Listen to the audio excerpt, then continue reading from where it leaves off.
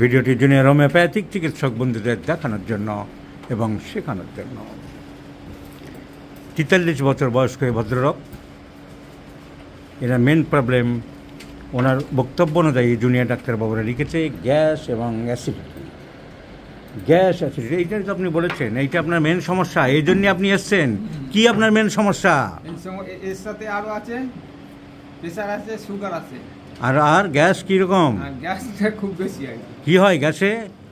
Gas হয়তো gas হলেই উপর দিকে ওঠে, গ্যাস পেটের উপরের দিকে ওঠে, বুকের দিকে উঠবে, বুকে ওঠে, তারপরে কোথায় যায়? তারপরে মাথায় চলে যায়। মাথায় চলে গিয়ে কি করে? মাথা ভার হয়ে যায়। মাথা ভার হয়ে যায়। তো গ্যাসে এই মানুষটা শেষ হয়ে যাচ্ছে। একে তো বাঁচানো কর্তব্য আমাদের, পেট থেকে আরম্ভ হয়ে বুক থেকে আরম্ভ হয়ে মাথা। তোমার যে মাথা এতদিন ফাটেনি গেছে, তোমার কপাল ভালো। এই লোকটাকে আমাদের বাঁচানো দরকার। খিদে কেমন? খিদে বেশি। খিদে পেলেই খেতে হয়, না খেতে পারলে কি হয়? মেরে বসবে। এখন খিদে পাইনি তো, আমি কাছাকাছি আছি, আবার দাঁড়িয়ে দেখো বাপু। খিদে পেলে বলো, আমি একটু দূরে দাঁড়াই। আর খিদেটা এমনি পায়ও বেশি। So ravenous hunger or appetite increased, cannot tolerate appetite, খিদে সহ্য করতে পারে না। গ্যাস অম্বলের একটা সমস্যা, ডিসপেপসিয়া যাকে বলি মেডিকেল সায়েন্সে। The person has been suffering from dyspepsia, appetite increased. এনার কেস হিস্ট্রি ডাক্তারবাবুরা যা লিখেছে, তোমার পায়ের তলা জ্বালা করে লিখেছে। এই কথা কি ঠিক? সো বার্নিং সোলস লিখেছে SSD, মানে সাপ্রেশন অফ স্কিন ডিজিজ। 1 বছর আগে তোমার 1 বছর আগে চর্মরোগ হয়েছিল? বহুত দিন থেকে আছে। কি লাগাও বলতে মাঝে সাঝে একটু ওষুধ দিই, তবে ঠিক হয়ে যায়। লাগাও তো মলম। কোন কোম্পানির? ঢোল কোম্পানির নাকি?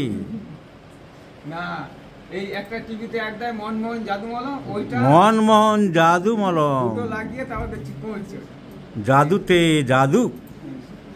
সো চর্মরোগ টিভির অ্যাড দেখে উনি মনমোহন জাদু লাগিয়েই চলেছেন।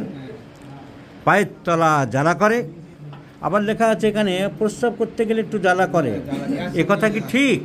So burning during urination, burning soles, suppression of skin disease, appetite increased, brimstone or sulphur. Case history বলে দিচ্ছে ছবির মতন, জ্বালা জ্বালা জ্বালা, ইউরিনে বার্নিং, সোলস বার্নিং। চর্মরোগে মলম এখনও চলছে, এখন আর চলছে না। তো চর্মরোগে মলম চলেছে। আর অ্যাপেটাইট ইনক্রিজড জানা আছে কি? সালফারও আছে। Appetite ravenous, appetite ravenous sulphur. আর সকাল 11টার দিকে, 10:30 11টার দিকে তুমি বললে মাঠ থেকে মাঠে কাজ করে উনি, কাজ সবজি বাগান টাগান করে। তো তখন বাড়িতে আসা মাত্রই খুব খিদে পায়। কটা নাগাদ? 10টা, 10:30, 11টার মধ্যে খেতে হবে। Appetite increased at 11 AM। Sulphur, sulphur, suppression of skin disease, sulphur. Burning soles, পায়ের তলা জ্বালা, বার্নিং ডিউরিং ইউরিনেশন।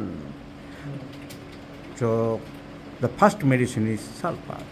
লাইকোপোডিয়াম পরে লাগতে পারে, কারণ মিষ্টি ভালোবাসে। Desire for sweets, desire for warm food, মিষ্টি ভালোবাসে। সালফারের ডিজায়ার ফর সুইটসও কভার হলো, এটা বলতে ভুলে গেছি। ডিজায়ার ফর সুইটস, মিষ্টি খেতে চাই, মিষ্টি একটু পছন্দ করো, তো খাবার দাবার একটু গরম ভালোবাসো। Dyspepsia with desire for sweets and desire for warm food, অন্যান্য সিমটম মিলিয়ে সালফারের পরে প্রয়োজনে লাইকো আসতে পারে। বাট কিন্তু বলা আছে, it is better to treat,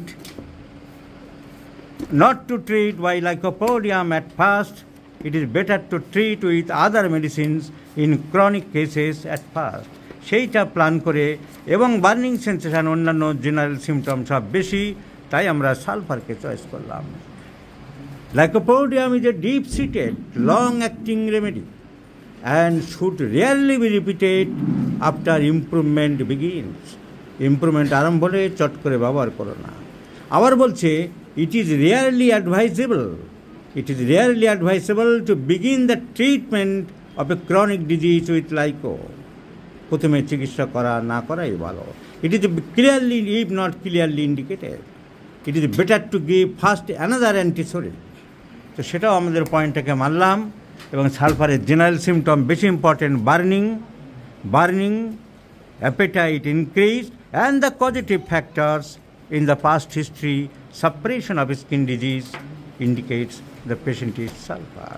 So I do like to prescribe my friends sulfur in the 50 millimole scale of potencies, 0/1, 2, 3, once daily in the morning.